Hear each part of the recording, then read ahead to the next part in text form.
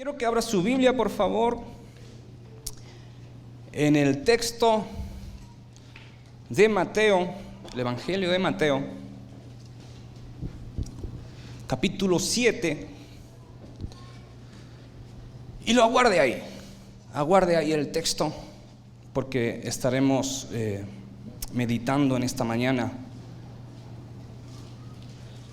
qué tiene el Señor para nosotros.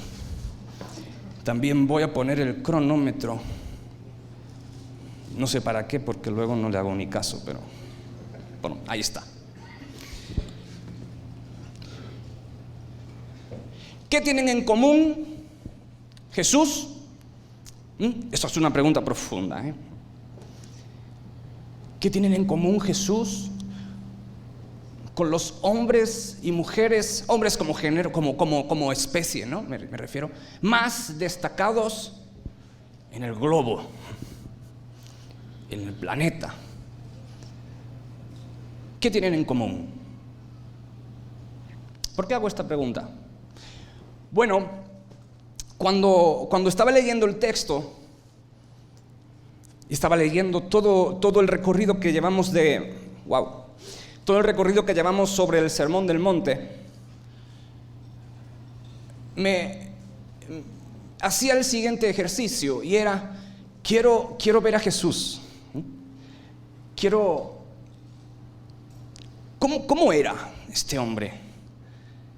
Y me transportaba haciendo un ejercicio mental a ver a Jesús hablando, a ver a Jesús interactuando sentado cuando daba estas enseñanzas, y me imaginaba la mirada de Jesús tal como en un ejercicio por una lectura de los evangelistas.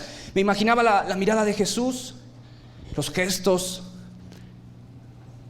a sus discípulos escuchándole, a las demás personas que estaban por allá, y me hacía esta pregunta: ¿qué tienen en común Jesús y los hombres más destacados del planeta? Y me refiero a esos presidentes, a esos oradores, a esos influencers, a esos líderes, empresarios de alto standing. ¿Qué tienen en común? Nada. Mi respuesta es la mía, usted puede tener la suya. Nada. Porque Jesús es único como hombre. Jesús me emociona porque para mí, cuando leo el relato de los 4 evangelistas,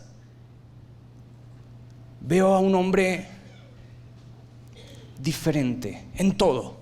Pero el punto que más me gusta quizá de Jesús es que nunca pretendió ser políticamente correcto con las gentes para que se sumaran a su movimiento, si lo queremos llamar así. Nunca. A él no lo verás intentando quedar bien con todos para que se suben a su cuenta de Instagram.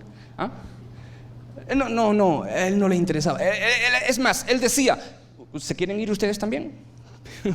Pero ¿qué hombre, qué hombre que quiere formar algo invita a que se vayan? No es lógico. Esto es lo que me gusta de Jesús, que es distinto. Él no juega a medias tintas. Él dice: o blanco o negro, tú sabrás.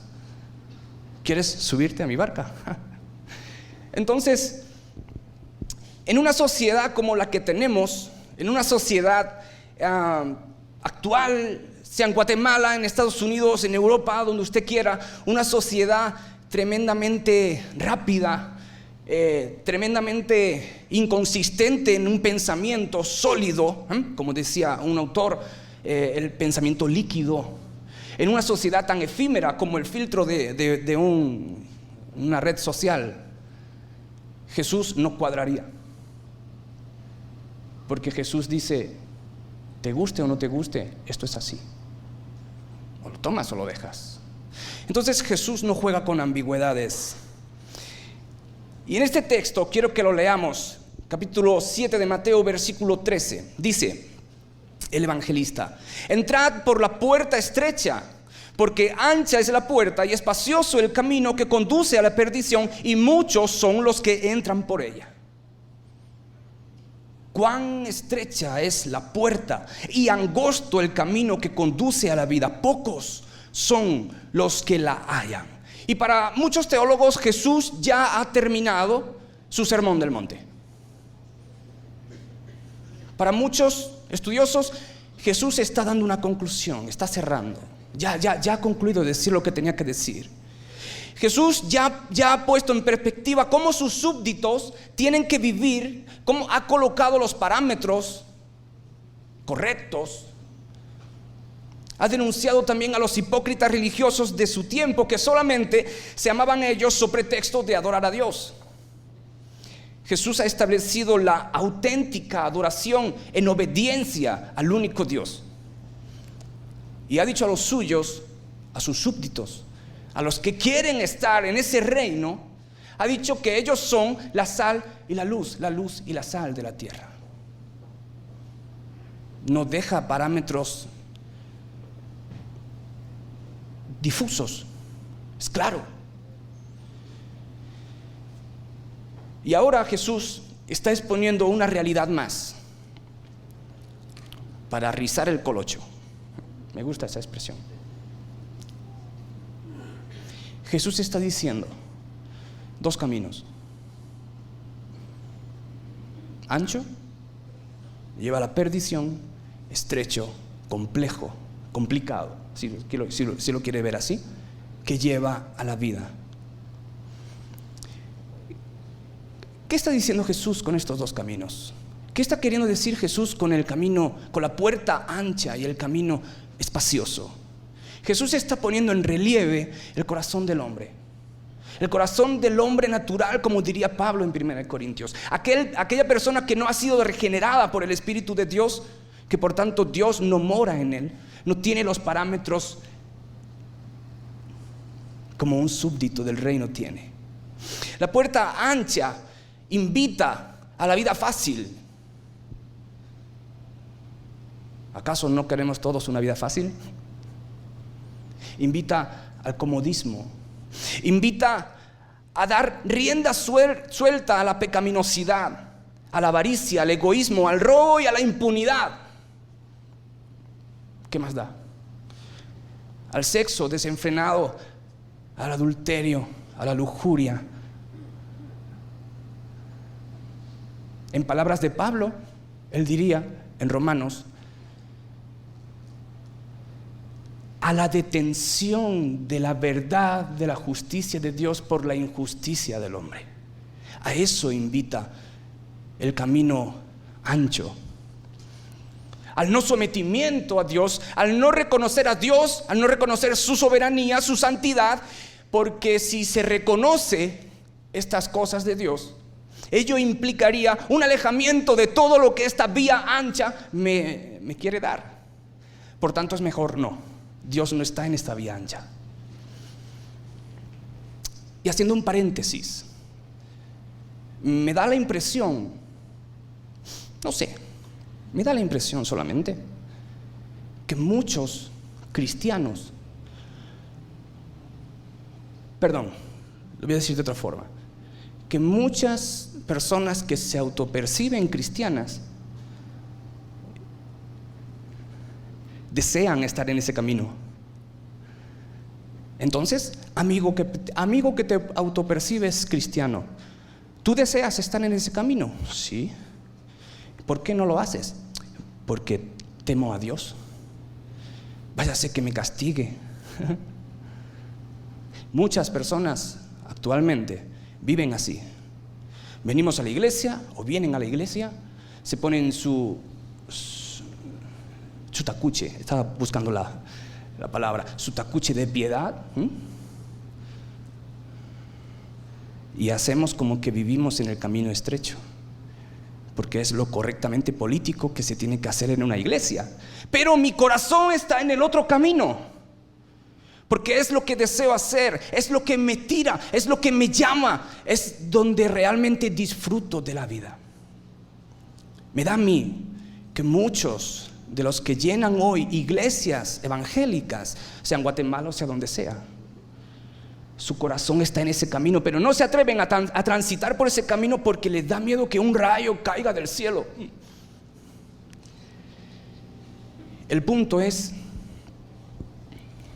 que es un súbdito del reino de Dios no desea andar en ese camino, porque un súbdito del reino es una persona que ha sido regenerada por Dios. El Espíritu de Dios le ha dado vida. Ahora entiende, ahora aborrece su pecado. No lo disfruta. No viene a la iglesia, canta para tener bien al jefe. Entiéndame, perdón por si le molesta esa expresión. Y luego vivo como quiero. Pero mi deseo está realmente ahí. Es que no he sido regenerado. Una persona que realmente ha vivido el evangelio, ha sido regalado con vida del Espíritu Santo de Dios, aborrece el pecado. Es una persona que cuando camina la senda ancha le da angustia. Es alguien que cuando peca le duele y no puede. Tiene que venir a Dios a decir: lo siento, te he defraudado, perdóname. Cierro paréntesis. Y ahora Jesús está diciendo que muchos son los que caminan por esa senda, pero cuán estrecha es la senda, versículo 14, cuán estrecha es la puerta y cuán angosto el camino que conduce a la vida, y pocos son los que hallan esta puerta y este camino lo transitan.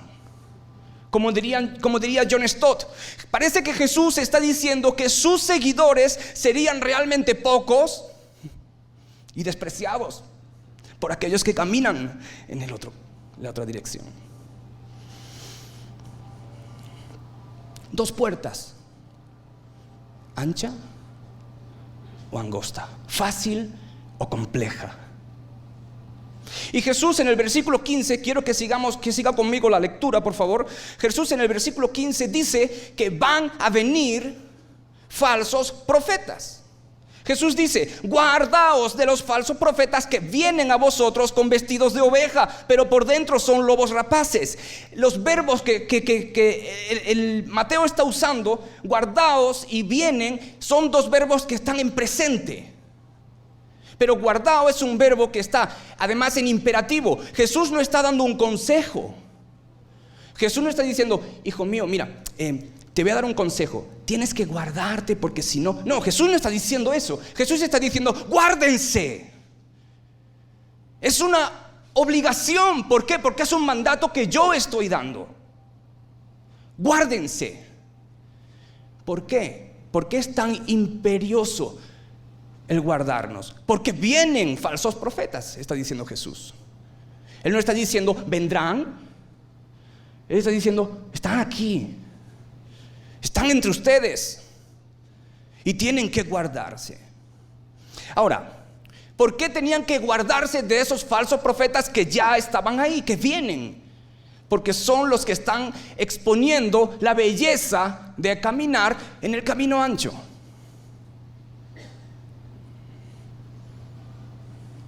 Y me van a dibujar el camino ancho como el verdadero camino, como el camino del gozo, de la belleza, de la prosperidad, por ejemplo. Jesús dice: guárdate, pon toda tu atención. Y guardarse también implica una acción. Me guardo, pero tengo que hacer algo intencional. ¿Cómo me voy a guardar si no los conozco? Identificando sus enseñanzas. Yo sabía que se me olvidaba algo: el mando.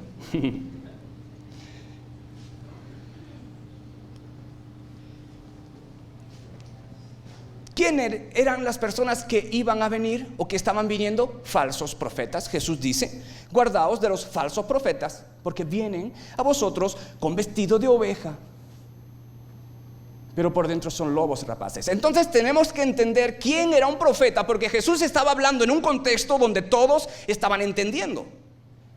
El punto es, ¿entendemos nosotros qué significaba lo que Jesús está diciendo? Bueno, vamos a hacer un pequeño recordatorio sobre quién era el profeta del Antiguo Testamento, porque Jesús estaba hablando de la ley, de la palabra, de las escrituras que tenían, ¿no? Bueno, pues, ¿quién era el profeta? Era una persona que tenía una tarea fundamental de recibir revelación de Dios y comunicarla al auditorio indicado por Dios. Era una persona a la cual Dios llamaba porque había una circunstancia en el pueblo que se estaba dando y Dios tenía que dar un mensaje específico a su pueblo. Entonces era una persona que recibía revelación de Dios. Esto es importante. Recibía de Dios para comunicar esa revelación de Dios al auditorio, o sea, al pueblo. Deuteronomio 18 dice: un profeta como tú levantaré, o sea, una persona, entre sus hermanos y pondré mis palabras en su boca. O sea, esa persona recibía la revelación de Dios. Y él, el profeta, les hablará todo lo que yo mande. ¿A quién? A ellos. El profeta no se inventaba nada. El profeta era un enviado, un mensajero. Por tanto, el profeta se concebía a sí mismo como un mensajero que repetía lo que Dios ya había dicho. Y muchos profetas usaban la fórmula de mensajero. Así dice Yahweh, así dice Dios. Ahora, ¿qué anunciaban los profetas cuando eran mandados por Dios al pueblo? Denunciaban el pecado de Israel. Denunciaban el pecado. El pueblo de Israel estaba haciendo lo contrario a Dios, haciendo lo que a Dios no le agradaba, haciendo todo lo que Dios había dicho que no hicieran. Por tanto, estaban ensuciando su nombre, estaban contaminando ese pacto que Dios había hecho con ellos. Entonces, Dios les daba a los profetas un mensaje de denuncia de pecado, pero un mensaje también de un llamado a la conversión, al arrepentimiento. Estás haciendo esto, arrepiéntete. Si no te arrepientes, también el mensaje era de un juicio devastador. Pero tras ese juicio siempre había una promesa de liberación, de esperanza. Siempre. Promesa de restauración del pueblo tras el juicio devastador. Y además, porque Dios usaba naciones extrañas para llevar ese juicio al pueblo de Israel, pero esas naciones extrañas se pasaban de la raya y hacían más daño al pueblo del que debían hacer. Había una predicción de juicio contra esos pueblos que habían tratado mal a Israel y a Judá. El profeta traía este mensaje: denuncia de pecado, llamado a convertirse, anuncio del juicio si no te arrepientes, promesa de restauración, no te voy a dejar porque hice un pacto, el cual yo no voy a quebrantar porque soy fiel. Y una predicción de juicio contra los pueblos que habían tratado mal a Israel. Esos eran los profetas que Dios enviaba. Ahora, ¿quiénes eran los falsos profetas? Había personas que se levantaban como enviadas de Dios o por Dios para entregar un mensaje al pueblo. Y Dios ya dijo que esto sucedería. No vamos a leer el texto, usted lo puede leer en su casa. Ellos mismos se levantaban, Dios no los enviaba. ¿Cómo se reconocía un falso profeta? Porque promovía adoración de otro Dios que no fuera Yahvé, además de Yahvé. Porque profetizaba en nombre de Dios, pero promovía enseñanzas contrarias a las doctrinas fundamentales ya dadas por Dios. Profetizaban en nombre de Dios, pero no vivían la ética de Dios. Profetizaban en nombre de Dios, pero no se cumplían sus profecías. Predecían prosperidad en vez de juicio al pueblo que había pecado. ¿De dónde provienen los mensajes de los falsos profetas? De los impulsos internos de la misma persona. de su pensamiento y de los deseos de su corazón. De la corrupción de los profetas por los ricos. Querían quedar bien con el que tenía posibilidades, con los reyes, por ejemplo. Dios anunciaba por medio de Jeremías destrucción y venían falsos profetas que decían: no, Dios va a entregar a esas naciones en tu mano, rey. Y el rey, adivina a quién quería escuchar: a los que hablaban de prosperidad. Y otras veces del engaño que Dios les permite hacer por su obstinación de no escuchar al verdadero Dios. ¿Por qué? Dios permitía que en ocasiones el profeta engañara al pueblo, porque el pueblo deseaba escuchar esa falsa profecía y no el oráculo verdadero que Dios había mandado por su profeta verdadero. Correcto. Y Dios permitía ese engaño para dar una mayor condenación.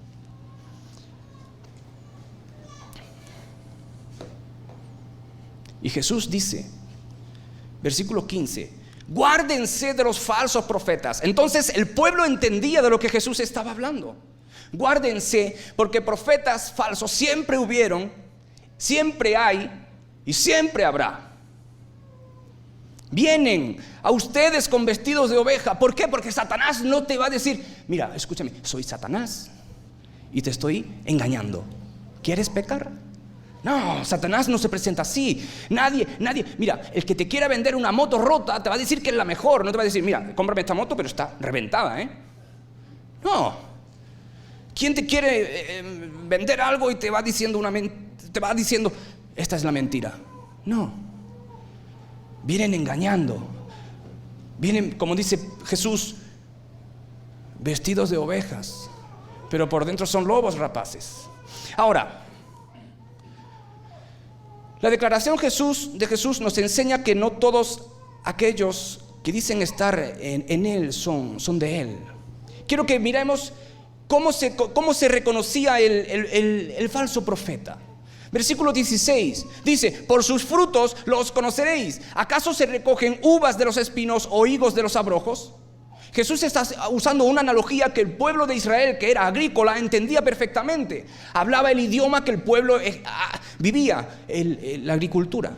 Y Jesús ahora se mete a agricultor y dice: ¿se pueden recoger uvas de los espinos? No, Jesús, ¿cómo se van a recoger uvas de los espinos? No se puede.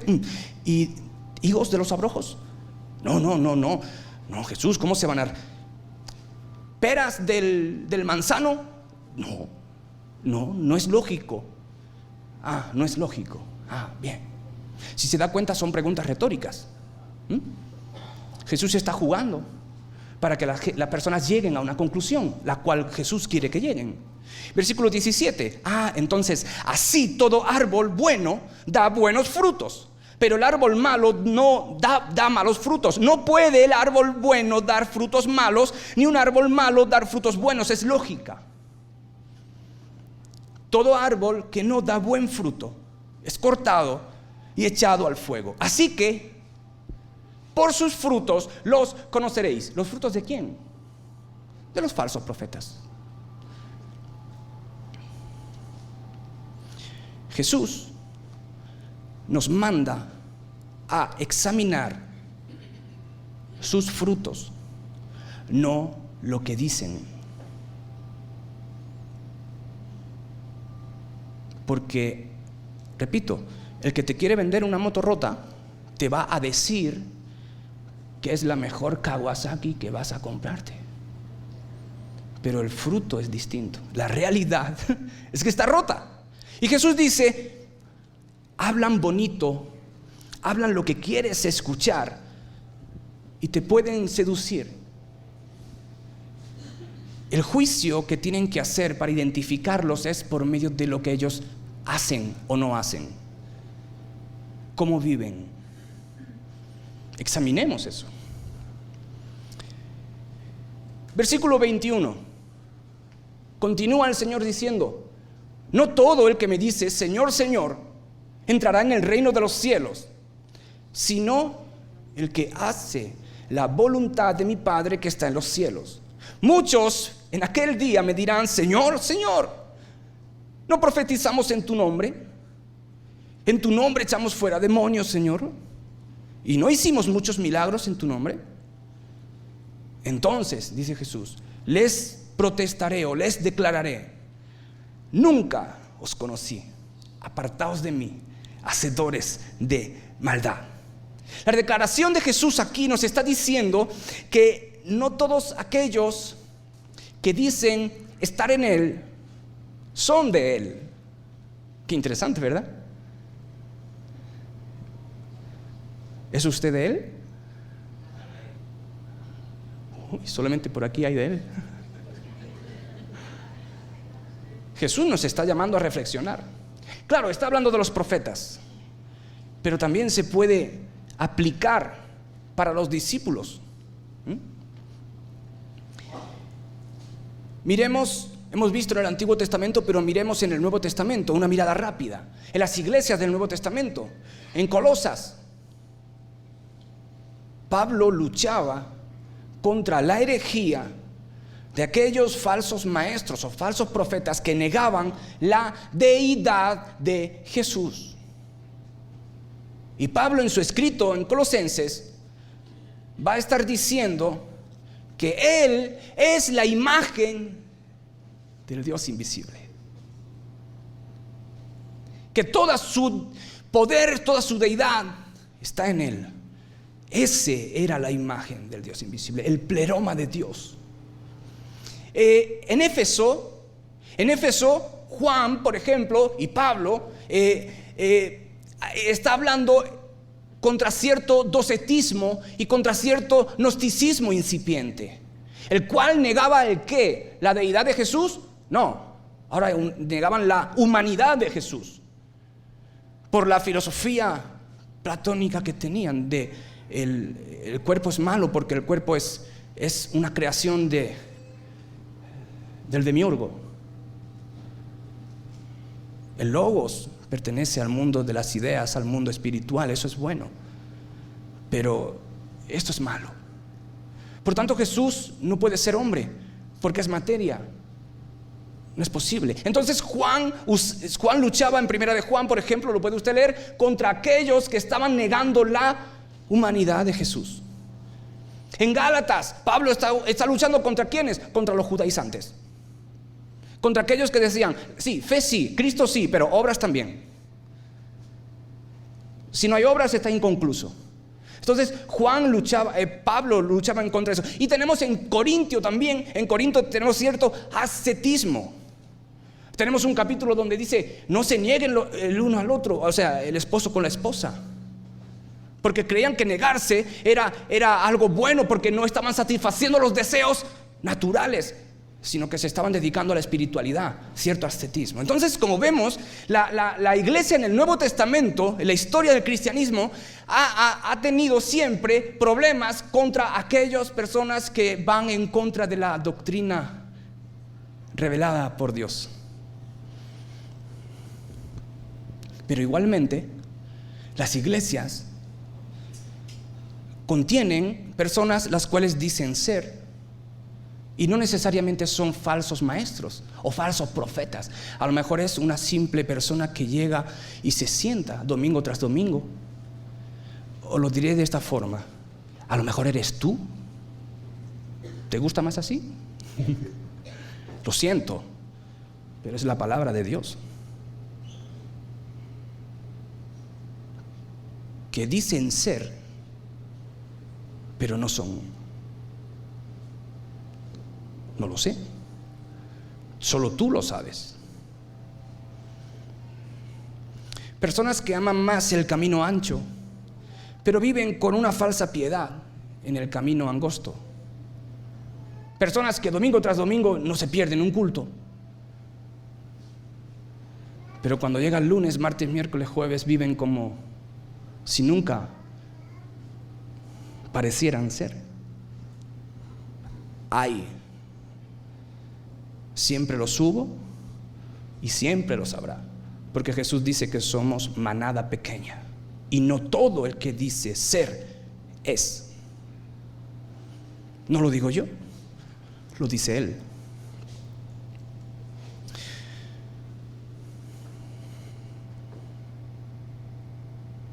Y tú dices, no, pero Raúl, nunca leíste Juan 3:16.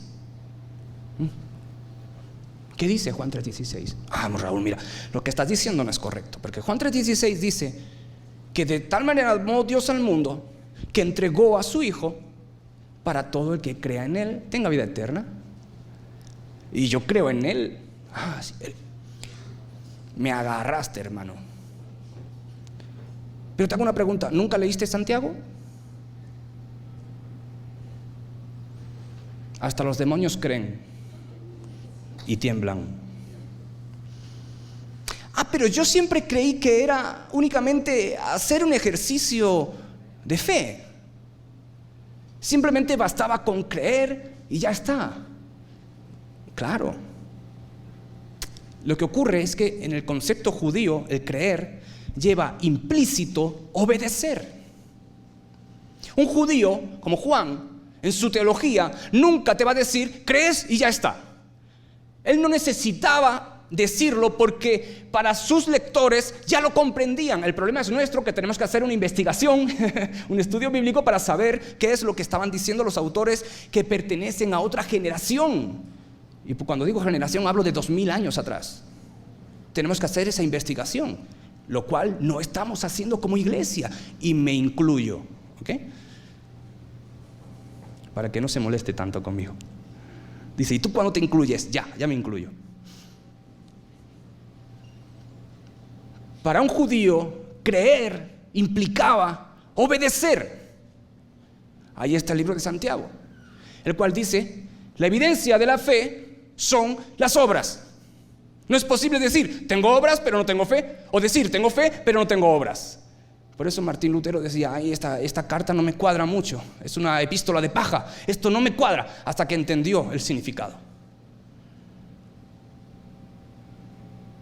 Por tanto, no es acudir a la iglesia o con la iglesia domingo tras domingo, miércoles tras miércoles, jueves tras jueves, no sé.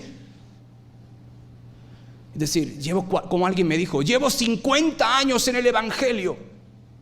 Papaito, ¿y eso qué tiene que ver? No es que lleves 50 años en el evangelio, es que te conozca Jesús. Es que no es cuánto tiempo lleve. Claro, él se refería a asistiendo a una iglesia. Claro. Jesús dice aquí, quiero que venga conmigo por favor al texto. Muchos me dirán aquel día, en tu nombre hicimos, nosotros hablamos, nosotros predicamos, nosotros exhortizamos, etcétera, etcétera.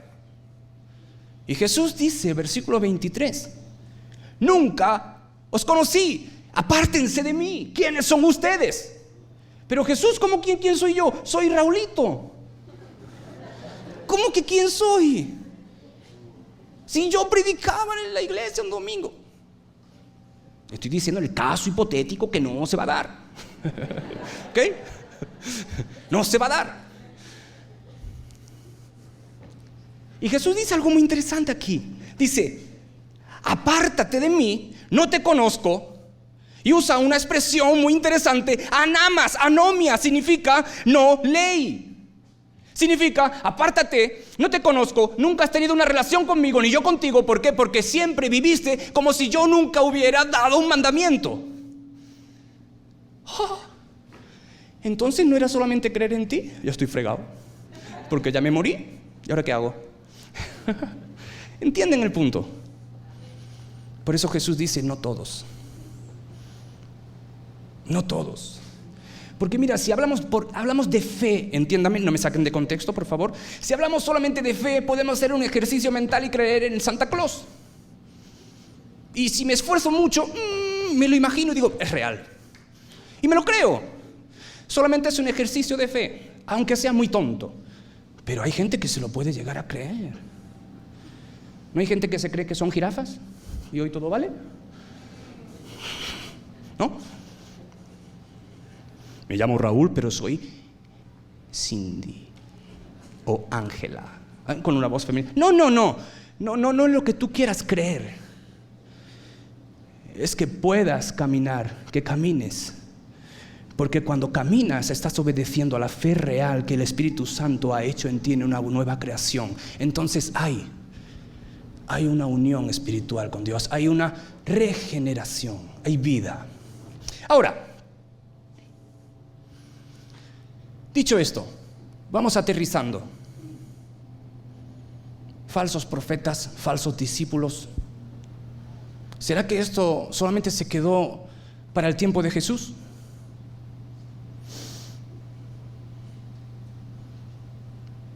¿Estamos analizando como iglesia nuestro tiempo? Jesús dijo, guardaos.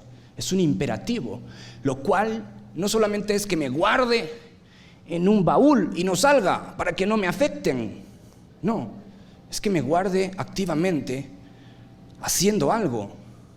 Y es entendiendo, reflexionando para identificar. La pregunta es, y cuando digo como iglesia no me refiero al centro bíblico, me refiero a la iglesia en un aspecto más amplio. ¿Estamos hoy la iglesia entendiendo el tiempo en el que vivimos? ¿Estamos reflexionando si hay falsos profetas, si hay falsos maestros entre nosotros? Eso implica guardarnos, hacer un ejercicio.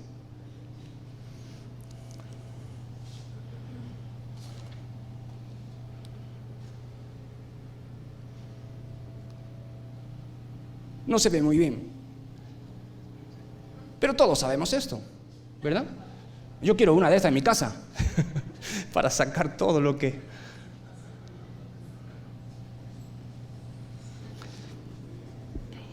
Muchos pastores evangélicos hacen todo lo posible para hacer malabares esotéricos con el deseo de obtener ingresos económicos.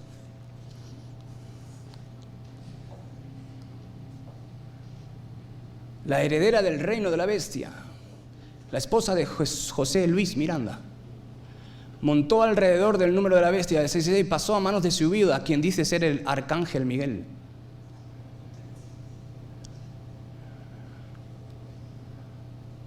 No me atrevo a traer a esta persona $10 millones, su humilde casita.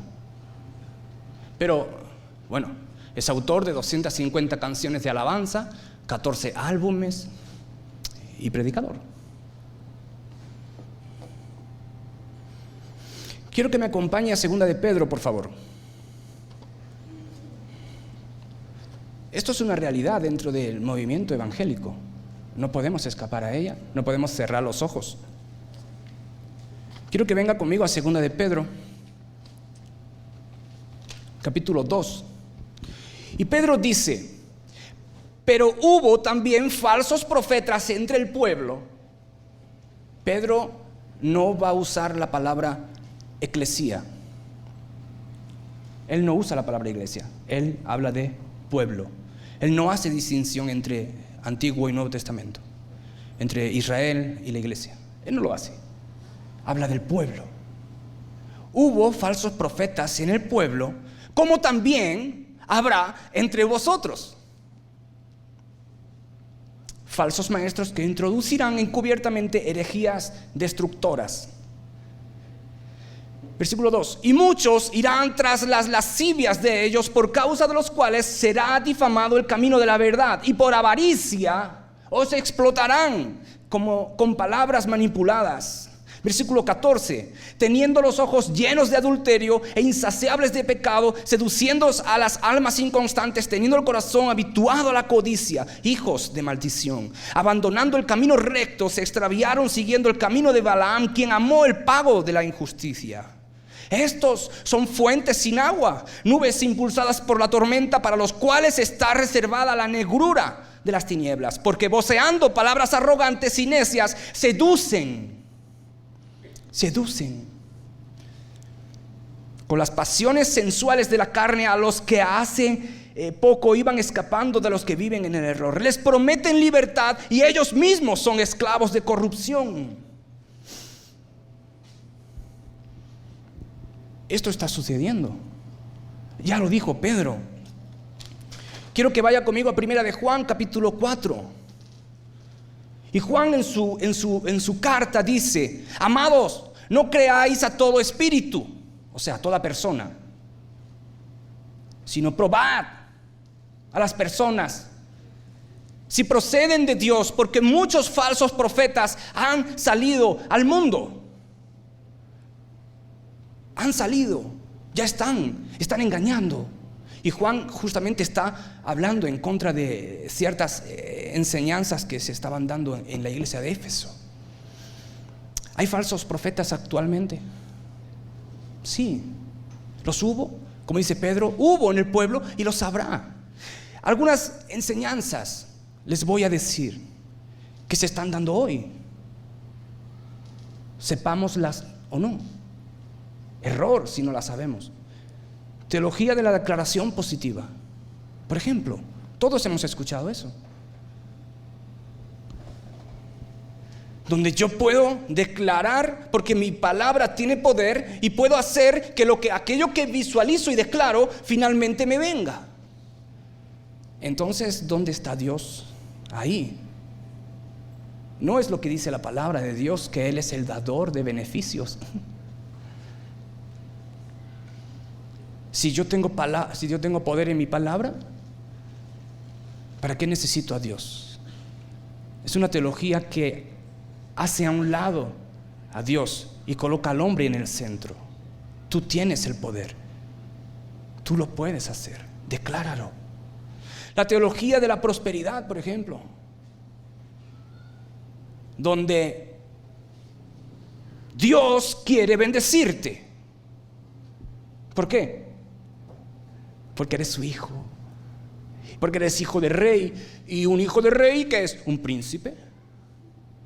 Entonces Dios quiere bendecirte con todo lo que tiene para darte. No es posible que vivas en pobreza.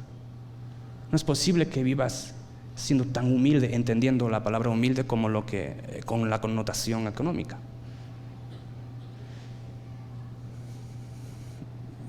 Dios quiere que prosperes en todo. Pero Jesús habló del camino estrecho. No me cuadra. Entonces, Raúl, ¿qué estás diciendo? ¿Que Dios no quiere bendecirme? Sí, sin duda. Yo no estoy diciendo que Dios no quiera bendecirte. De hecho, te bendice. Hoy estás vivo. Eso es una bendición, ¿no? Has desayunado. Estás guapetón, guapetona. Está bonito, ¿no? Pero Dios no está para bendecirnos. Dios no está para trabajar como si nosotros fuéramos el centro de todo. Porque de tal manera me amó Dios. Sí, es otro rollo. No confundamos. Dios está para que yo le adore. Dios está para que yo le sirva. Dios está para que yo gaste mi vida por Él. Dios está para que yo sea luz a las naciones en donde Él me ha puesto, con una vida como súbdito del reino, donde ando en los valores y en la ética de ese reino. Y de paso, si me quiere bendecir, que me bendiga. Pero no intercambiemos los valores. Él no está para ser Santa Claus o el genio de la lámpara maravillosa, donde voy, la froto y sale. 3 deseos te voy a dar. No, Él no está para eso. Y sino que se lo digan a Pablo o a Pedro, o aquellos profetas que aún fueron aserrados, cortados por la mitad por causa de Él.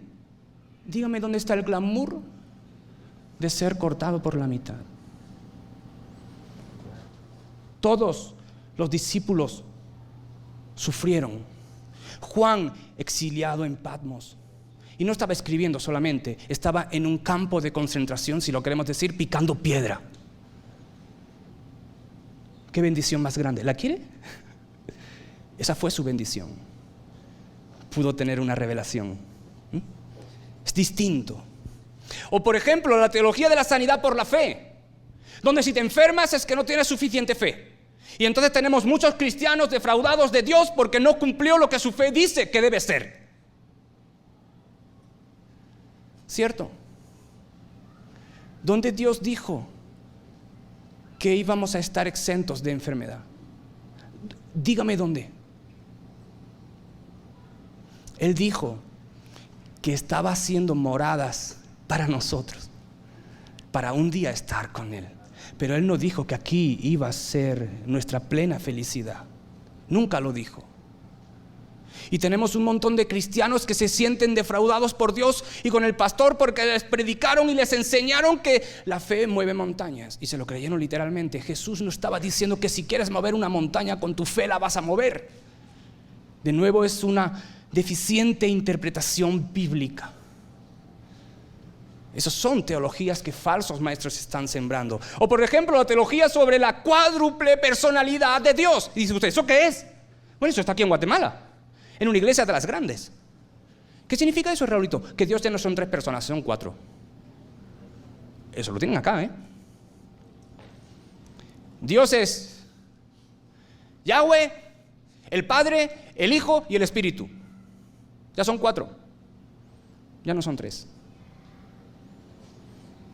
Y hay miles de personas, compatriotas suyos, que están creyendo eso. Aquí en Guatemala. O por ejemplo, gnosticismo. A ver una cosa.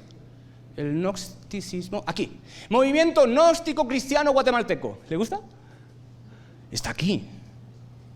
Eso está en la zona 1. Domingo, conferencia pública gratuita, domingo de 10:30. Ay, ¿qué hacemos aquí?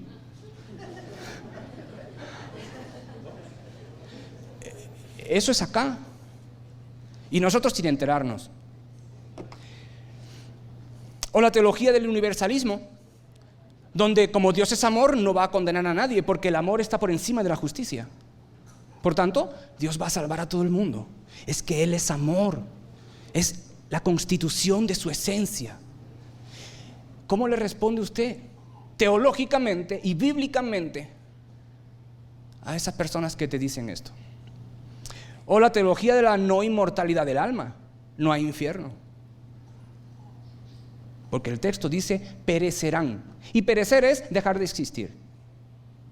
¿Cómo le rebate usted eso? O yo, ¿no? O los testigos de Jehová. Eso sí los conocemos. ¿Sabe usted que ellos sostienen la teología arriana, donde Jesús es una creación de Dios, no comparte la consustancialidad de Dios? Por tanto, si Jesús no es Dios, sino que es una creación de Dios, la teología de la justificación se cae. ¿Cómo rebatimos eso? O, mire, la Santa Iglesia Católica, ¿le recuerda? No, pero no es esa, mire. La Santa Iglesia Católica y Apostólica del catolicismo arriano. Toma ya, nombre ahí. Se dedicó un día entero para hacer esa frase. Guardarnos de los falsos maestros, falsos profetas. Pero también examinar nuestra propia vida. Voy a empezar por esta. Creo que el Señor nos llama hoy, que el Señor te llama hoy a hacer una evaluación de tu vida, una evaluación de tu fe. Si es una fe que es consistente con tu práctica. No es posible. Voy a usar palabras que tal vez no te gusten, pero lo siento. No es posible que me llame cristiano o que te llames cristiano y seas un adúltero o una adúltera. No es posible. No es posible que te llames cristiano y no estando casado te des a prácticas sexuales fuera del matrimonio. Se llama fornicación. No es posible que te llames cristiano y robes, aceptes cheques que no son tuyos. No es posible que vivas siendo cristiano o diciéndote que eres cristiano practicando la mentira. Bueno, la mentira piadosa. No es posible. No hay mentiras piadosas. No es posible que te llames cristiano y vivas alcoholizado o vivas sujeto a la pornografía o vivas sujeto al chisme, o vivas sujeto o sujeta a la falta de amor. Y todo esto es para mí, ¿ok? No es posible, porque la fe salvífica es una fe que ha producido un cambio en mí. Y ahora me conduzco por el camino que Dios me dice que tengo que caminar. Entonces, Raúl, ¿no pecas? Sí, peco, a lo mejor peco más que usted. Pero me duele el pecado. No me quedo en el pecado. No me quedo diciendo, bueno, como Dios me salvó y la salvación no se pierde. Quizá es que a lo mejor nunca te salvó. Es un llamamiento para nosotros hoy a que miremos cómo estamos viviendo y tengamos que quizá pedirle perdón a Dios y decirle: Dios, sálvame, porque a lo mejor no he caminado bien o no entendí el evangelio de forma correcta. Si es esa opción, puede hablar con cualquier anciano, o puede hablar conmigo mismo, o puede hablar con algún hermano o hermana de la iglesia que esté bien sólida en el evangelio, y le puede explicar sin duda. Hagamos cambios, examinemos nuestra fe, pero también debemos guardarnos de los falsos profetas. ¿Cómo, Raúl? Como hacían los cristianos de Berea, que los discípulos iban a predicarles el evangelio y ellos decían: sí, muy bonito todo lo que dices, pero vamos a ver lo que dice la palabra. Hermano, yo te quiero mucho, pero quiero ver si es verdad lo que dices. Hágalo conmigo. Si en algo estoy fallando en la escritura, dígamelo públicamente. Eres un mentiroso. Pero si no estoy fallando en lo que dice la escritura y estoy diciendo verdad, arrepiéntase.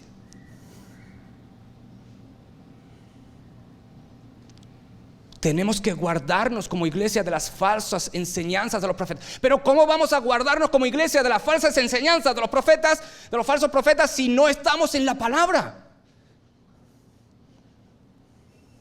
Si no la conozco, si no la vivo, si no la abro en mi casa, nada más que a lo mejor 5 minutos, 10 minutos por la noche y me quedo durmiendo porque estoy cansado de todo el día. ¿Cómo voy a identificar si no, como decía Spurgeon de nuevo, córtame donde quieras y voy a sangrar Biblia? Y hoy, no lo digo yo, lo dicen teólogos, es el momento donde más analfabetismo bíblico hay en la iglesia. ¿Por qué? Porque quizás estamos prefiriendo caminar en el camino ancho, donde no tengo que meditar, donde no tengo que orar. ¡Qué pesadilla orar! Pero cuando quiero algo de Dios, sí. ¿Entiende? ¿Cómo vamos a guardarnos? ¿Cómo voy a darme cuenta si no conozco mi Biblia? ¿Cuánto tiempo dedico? Y esto es un examen para mí. ¿Cuánto tiempo dedico a no solamente a leer el versiculito bíblico que me manda mi celular cada mañana? Hemos caído en una rapidez de vida y en una vida tan pragmática, incluso con la lectura bíblica. Decía Fabio: ¿cuántos tienen un plan de estudio? Han empezado este año un plan de estudio y lo están siguiendo. Hermanos, es triste, pero muy pocas manos, por no decir casi ninguna mano, se levantó. No le estoy regañando, hermano. Le quiero, la quiero mucho, pero esto también es para mí. Decimos que creemos en el único Dios, pero no lo conocemos. Y no lo conocemos porque no queremos estar con Él. ¿Cómo te atreves, Raúl, a decir: bueno, no estás leyendo la Biblia? No estoy leyendo la Biblia. No hay que ser Albert Einstein para darse cuenta de que no queremos estar con Dios. Yo creo que el Señor nos llama hoy a volvernos como pueblo, a volvernos a Él de nuevo. Hemos fallado, Dios, pero queremos seguir en el camino. Ayúdanos, porque tenemos tantas presiones, tantas cosas en el día, y queremos hacer tu voluntad. Hay esperanza. Podemos hoy decir de nuevo: Dios, vamos a comenzar otra vez. Y mañana otra vez. Y pasó mañana otra vez. Y si subo 5 peldaños hoy y mañana desciendo 6, bueno, no me salen las cuentas, pero bueno, voy a intentar subir 6 para descender mañana 3. Y siempre vamos en una progresión. Pero hagámoslo. Creo que el Señor nos llama hoy a eso. Vamos a orar. Señor, te agradecemos por tu palabra. Gracias por hablarnos, por recordarnos, Señor, estas cosas, estas cuestiones que las sabemos, Señor, pero quizá los afanes de esta vida, Señor, nos quitan esa semilla. Gracias por tu salvación. Gracias por habernos adoptado como hijos, pero ayúdanos, Señor, a santificarnos cada día, a ir creciendo más en tu voluntad. Señor, reconocemos, y creo que es el sentir de cada uno de mis hermanos y hermanas, te hemos fallado, Señor, te hemos fallado. Te hemos fallado, Señor. Ayúdanos. Te pedimos perdón como pueblo. Te pedimos perdón como iglesia. Te pedimos perdón, Señor, como comunidad de fe. Aviva nuestro corazón, Señor. Que tu Espíritu renueve en nosotros cada día esos lazos de adhesión a ti. Por favor, Señor, que nada sea más importante para nosotros que tu palabra, para poder examinar mi vida, para poder examinar los falsos maestros y para poder agradarte en todo, Señor, lo que hagamos. En el nombre de Jesús. Amén, Señor. Amén.